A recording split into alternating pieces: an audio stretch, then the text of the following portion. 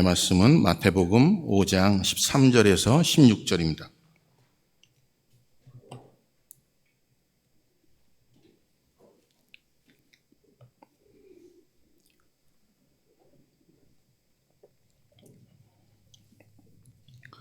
우리 찾으신 줄 믿고 한 절씩 교독하겠습니다. 너희는 세상의 소금이니 소금이 만일 그 맛을 잃으면 무엇으로 짜게 하리요? 후에는 아무 쓸데없어 다만 밖에 버려져 사람에게 밟힐 뿐이니라.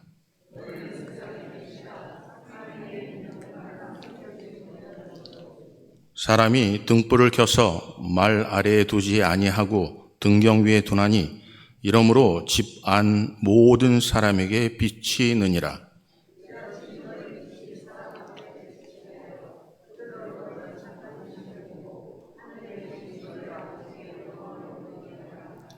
아멘. 기도하겠습니다. 사랑의 아버지 하나님, 하나님이 하셨고 하나님이 동행하셨고 하나님이 은혜를 베푸셔서 수 없는 많은 상황 속에 일어나게 하신 것 고맙고 감사함을 드립니다.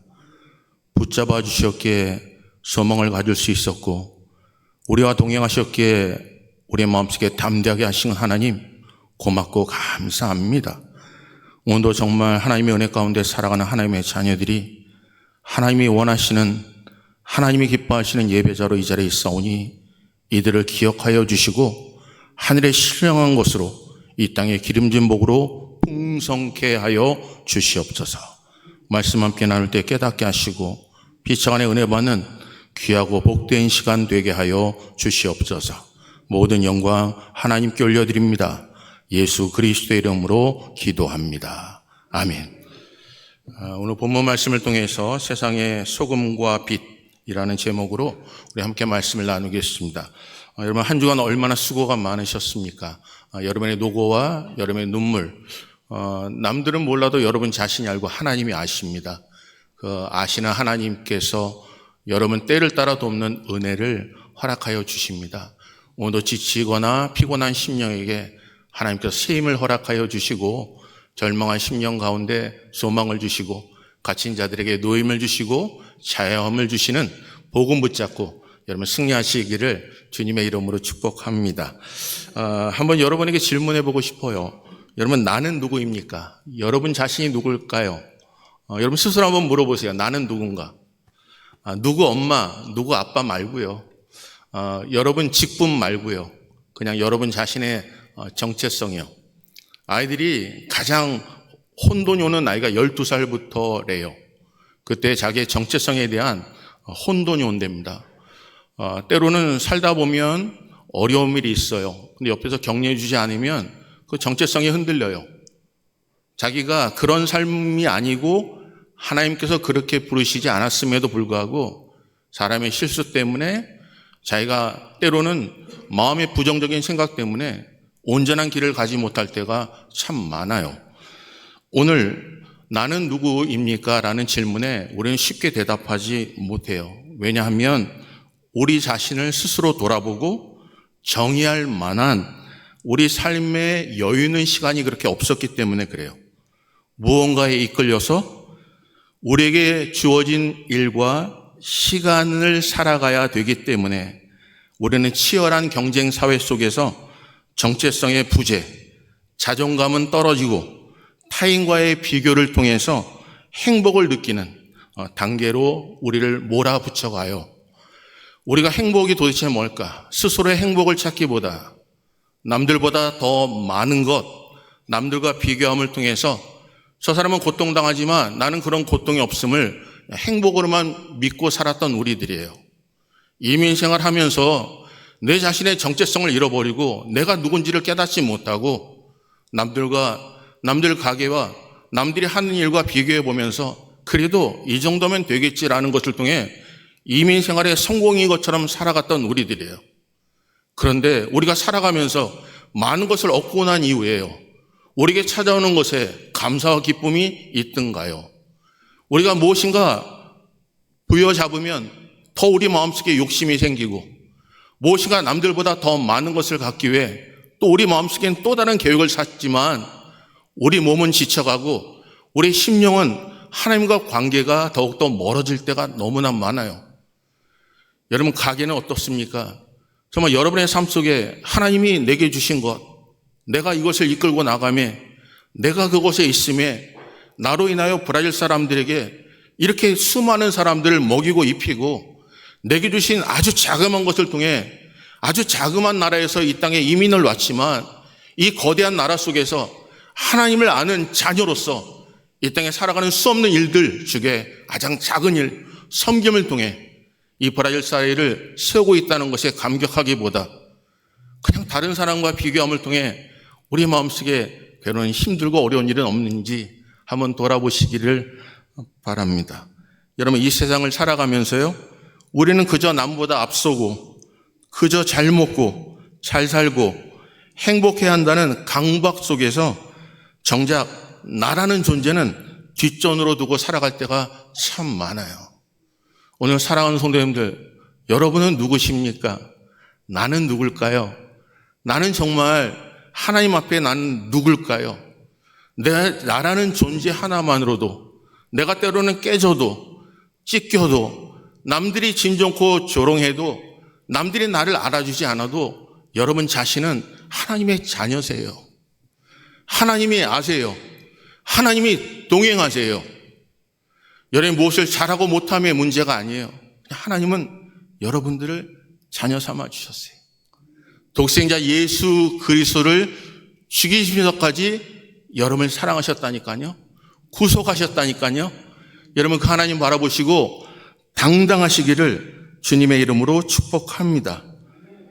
여러분, 여기 이 나라도 보면, 한국도 보면 좋은 대학을 진학해야 하는 수험생들을 보면 안타까워요. 수험생들만 힘든가요? 그들과 함께 지내는 부모님들은 더 힘들어요.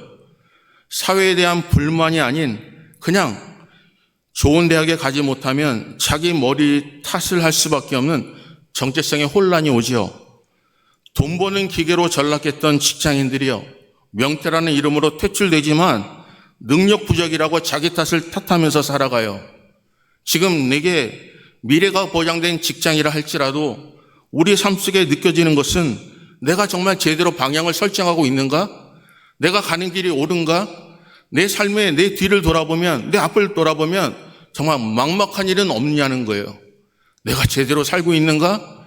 제대로 하고 있는가? 정말 내가 가는 마지막 길에 내가 무엇이 있을까라는 두려움이 생긴 적은 없냐는 거예요. 그러다 보니 또 다른 일을 해볼까?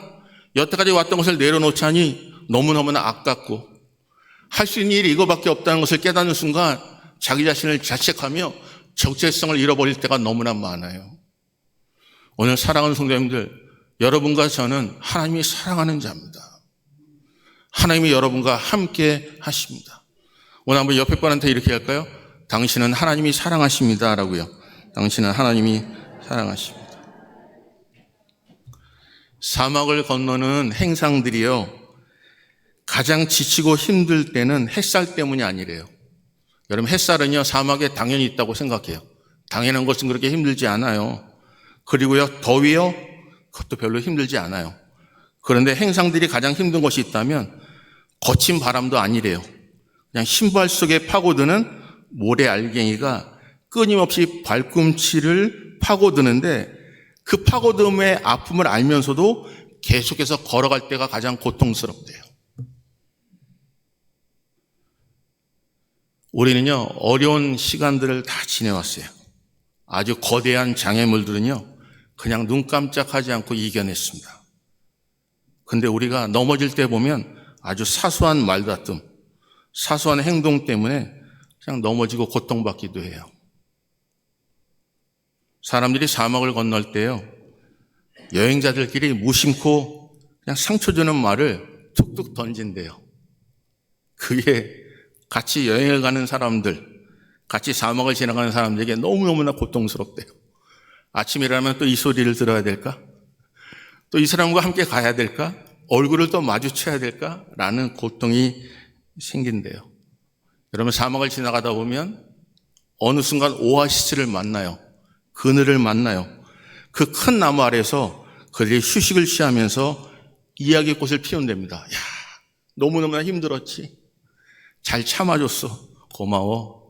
야, 이제는 힘을 내서 한번 앞으로 가자라고 얘기를 한대요. 조금 시간이 지나면 나에게 그늘을 드리워준 그 낙엽 귀한 나무에 대한 고마움을 잃어버린대요. 그리고 그들이 서로 투덜투덜거리기 시작한대요. 이 그늘 나무 필요 없다고요. 지금 내가 다 쉬었으니까 내게 필요한 것은 이 오아시스 주변에 과실수를 심어서 내게 맛있는 과일을 제공해주면 어떻겠까라는 생각을 갖는다는 거예요. 그리고 또 투덜투덜 거린다는 거예요. 사랑하는 성도님들, 우리가 살아가면서 참 어렵고 힘든 시기를 지났습니다. 그런데 우리는 그 어렵고 힘든 모든 것들을, 산 같은 것들은 눈 깜짝하지 않고 믿음이라는 이름으로 이겨냈어요. 옆에 사람이 하는 조그만 얘기 속에는 왜 이렇게 이기지 못할까요? 집에 가면 그 사람의 얘기한 것과 행동이 우리 뇌리를 떠나지가 않아요. 그러니 마음속에 내가 누군지를 깨닫지 못하고 그것 때문에 상처받고 고통스러워요. 사랑하는 성도님들, 교회가 뭔가요? 교회는요, 여러분들이 교회세요. 세상에서 부르심을 받은 자들이 교회예요. 교회들이 모여 이제는 이곳에서 복음 붙잡고 갇힌 자가 노임을 주고 하나님의 말씀 붙잡고 절망한 자들이 희망을 갖고 버림받은 심령들이 정귀한 자로 하나님께서 그들을 돌보심으로 말미암아 세상에 나가서 복음 붙잡고 세상에서 살아내는 자가 하나님이 기뻐하는 자예요. 목사로서는요, 여러분 교회 출석 잘하고 헌금 잘하고 기도 잘하면 장땡이겠죠. 근데 하나님의 성경은 그렇게 말씀하지 않아요. 성경은 교회에서 모여 기도했다면, 교회에서 떡을 뗐다면, 교회에 모여서 서로 격려했다면 세상에 나가서 하나님 말씀 붙잡고 살라는 거예요. 오늘 몸된 재단이 하나님의 말씀 붙잡고 살아내시기를 주님의 이름으로 축복합니다. 초대교회는요, 주인들보다 종들이 많았어요. 그래서 상전을 대할 때 누굴 대하듯이 하라고 했어요? 주님을 대하듯이요, 예수님을 대하듯이요, 하나님을 대하듯이 하라고 했어요. 내가 만약에 기도했어요. 근데 집에 돌아가면 그 모든 것들이 일이 없어야 돼요. 그런데 그 빈 시간을 더 채워라고 주인이 요구할 때 화가 나죠. 이게 기도의 응답입니까? 라고 할 수 있습니다. 그런데 그가 얘기하는 것을 하나님이 얘기하신 것처럼 그를 하나님을 대하듯이 섬기라고 얘기하고 있어요. 때로는 예수를 믿는다는 이유 때문에 핍박을 받아요. 그들이 모여서 서로 이렇게 얘기해요. 공감하는 겁니다. 너도 예수님 때문에 쥐어 받았냐? 너도 예수님 때문에 채찍 받았냐? 나도 그렇다. 참 신기하다. 우리 예수님의 이름 때문에 내가 이런 핍박을 받는구나. 친구야, 힘내자. 다시 세상에 나가서 내가 너를 위해서 기도할 테니까 너도 나를 위해서 기도해줘. 그리고 세상에 나가서 살아내는 거예요. 이 시대 하나님이 원하시는 교회가 무엇일까요? 이 시대 세상에서는 손가락질을 받아요. 어려워요. 압니다. 근데 교회에 와서 그들의 아픔과 어려움을 감싸줄 수 있는 교회가 돼야 우리는 세상에 나가서 살 수가 있습니다. 세상들이 얘기하는 그 속에 상처받는 게 아니라 그 사람의 얘기를 듣고 그 사람의 아픔을 공감해 줄 때 우리는 세상에 나가서 그 아픔 속에서 살아가는 심령이 아니라 희망을 가지고 소망을 가지고 살아갈 수가 있는 것입니다. 이 자리에 나와 내 기도의 제목을 가지고 나왔지만 그 기도의 소리를 듣고 내가 당신을 위하여 기도하고 있다는 얘기를 듣는 순간 세상에 가서도 나를 위하여 기도하고 있다는 사람을 생각할 때마다 용기를 얻게 되는 게 바로 교회입니다. 사랑하는 성도님들, 우리 몸된 재단이 그런 교회가 될 줄 믿습니다. 오늘 본문을 말씀하세요. 여기 이렇게 말씀하세요. 한번 13절 볼까요? 13절 읽습니다. 시작.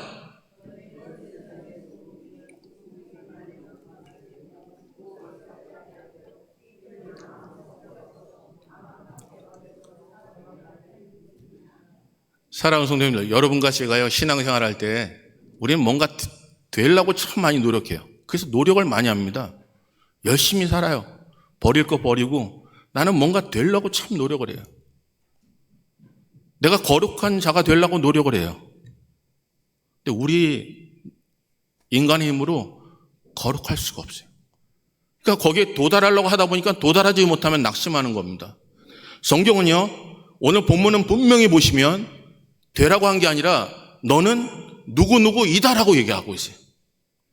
여러분과 저는 여기 본문에 소금이고 빛입니다. 그런데 교회 안의 빛이 아니에요. 세상의 빛입니다. 세상의 소금입니다. 여러분, 소금은요, 그냥 있는 자체가 사람들이 압니다.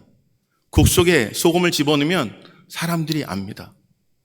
빛은요, 내가 빛이라고 얘기할 필요가 없어요. 그 어두운 데 빛이 가면 어둠이 사라지게 되어 있어요. 성경은 이렇게 말씀하세요. 보세요. 16절 볼까요?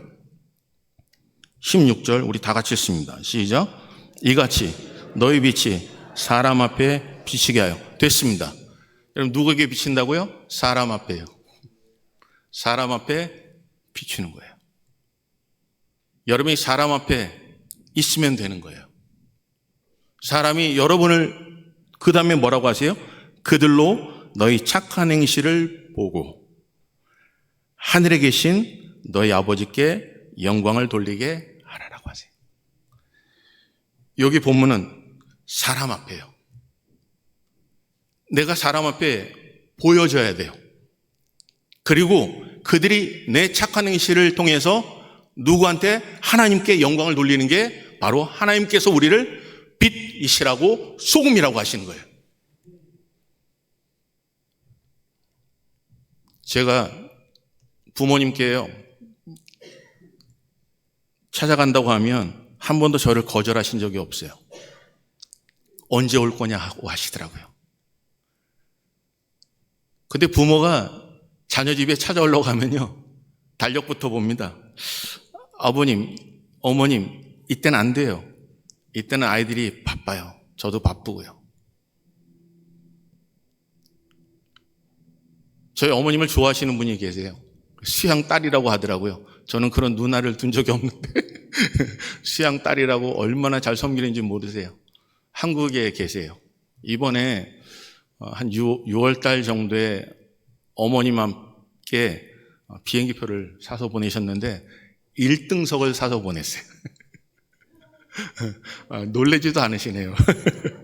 여러분이 1등석만 타고 다니시나 보네요. 1등석을 타서 보내셨어요. 이번에 제가 총회가 있고 미국을 방문할 수밖에 없는 상황이 됐어요. 어머니한테 말씀드렸어요. 어머니, 제가 그날 뵈러 갑니다. 몇 분 지나서 연락이 왔어요. 그거 캔슬 시켰다. 제가 다시 전화를 드렸어요. 왜 그러셨냐고요. 도대체 왜 그러셨냐고요. 아들한테 주지 왜 그러셨냐고요. 그러고 싶었는데 못했어요. 딱 한 가지예요. 아들이 오는데, 며느리가 오는데 그것보다 귀한 게 없어요.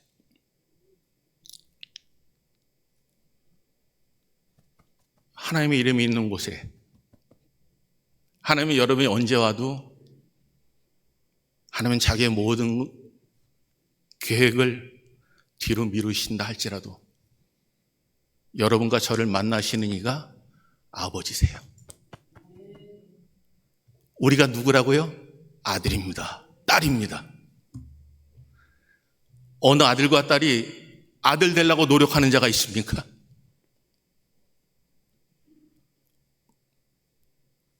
내가 아들 돼주니까 고마우니 여태까지 내가 아버지 어머님께 해드린 거 계산서 거기 있으니 주세요라고 할 자녀는 불효자죠.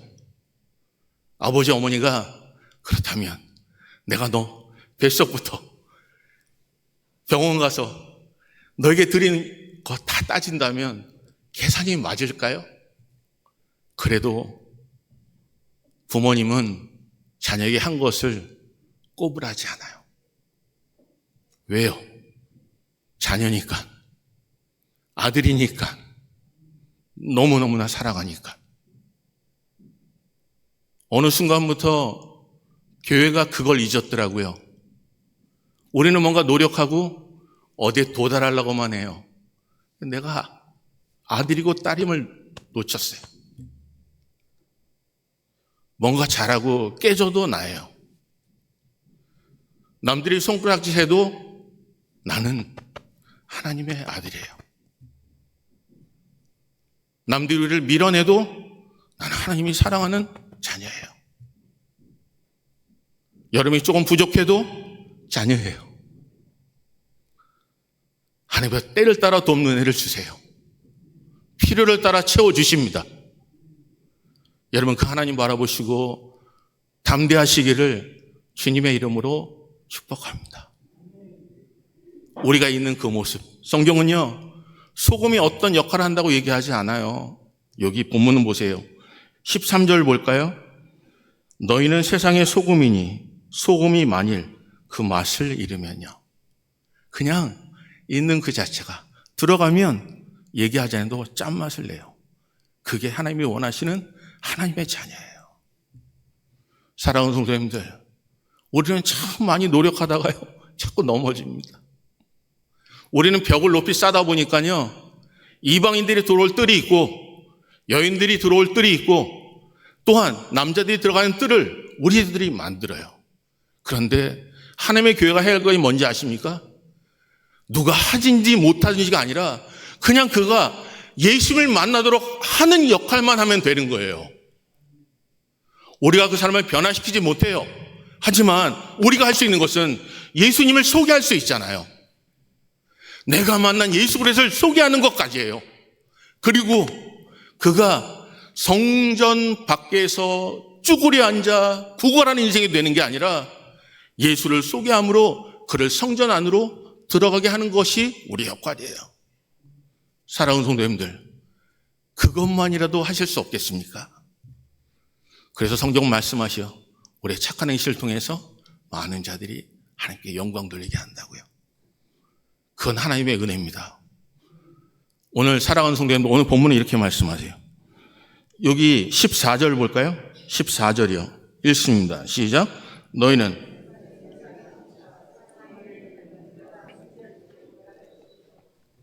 15절은요. 사람이 등불을 켜서 말 아래에 두지 아니하고 등경 위에 두나니 이러므로 집안 모든 사람에게 비추느니라. 우리가 해야 되는 건 뭐예요? 비추는 거예요. 그냥 비추려 있으면 되는 거예요. 오늘 여러분과 제가, 여러분 천일염이라는 게 있죠. 그냥 바닷물을 햇빛을 통해서 날려버리면 천일염이 되죠. 암염이라는 게 있어요. 암석에 그 돌덩이에 박혀있는 소금이에요. 근데 그것은 소금을 채취하기 위해서 물로 녹여요. 근데 물로 녹여서 소금을 빼고 나면 그것은요 돌일 뿐이에요. 제단에 소금을 뿌립니다. 그 소금기가 날아간 이후에 그것이 남아있어요. 그러면 그 시대의 모든 것들이 대리석이었죠. 눈이 오면요 미끄러워요. 그래서 그 소금기가 없는 것을 가지고 그것에 뿌려요. 그러면 어떻게 되죠? 사람들이 그것을 밟고 안전함을 누려요. 소금의 역할이 짜야 되는데 소금의 역할이 그냥 밟히는 역할이 되면 안 된다는 거예요. 여러분과 제가 예수 믿는 분들이잖아요. 세상 사람이 예수 믿는 사람이 이래서 될까요? 뻥 두르면 될까요? 여러분 예수 믿는 사람은 뜨겁게 사랑해야 합니다. 섬겨야 합니다. 남을 나보다 낫게 여겨야 합니다. 그러면 사람들이 압니다. 오늘 사랑하는 성도님들, 그런 은혜가 우리 몸된 자들에 함께 하시기를 주님의 이름으로 축복합니다. 첫째는 뭐라고요? 사람 앞에요. 둘째는 우리의 삶을 보이는 겁니다. 그러면 그들이 하나님께 영광을 돌리게 하세요. 오늘 그런 자가 하나님이 기뻐하세요. 우리 몸된 자들이 그런 자들 되시기를 주님의 이름으로 축복합니다. 그런 자세요. 여러분이 빛입니다. 소금입니다. 여러분 하나님의 전에 나와 교제할 때 여러분 이곳에서 나를 위하여 기도하고 나와 함께하고 있는 무리도 있음을 기억하시고 세상에 나가 힘있게 사십시오. 홀로가 아니라 하나님이 나와 동행하심을 믿고 두려워하지 마시고 담대하시기를 주님의 이름으로 축복합니다. 버림받을 수밖에 없는 우리다 할지라도 자녀 삼아주셔서 영접하는 자, 그 이름을 믿는 자들에게는 하나님의 자녀가 되는 권세를 주셨습니다. 오늘 권세 붙잡고 여러분 승리하시기를 주님의 이름으로 축복합니다. 이 모든 게 하나님의 은혜입니다. 여러분 은혜 아니면 설 수 없습니다. 우리 찬양 하나 할까요? 주신 말씀 기억하시고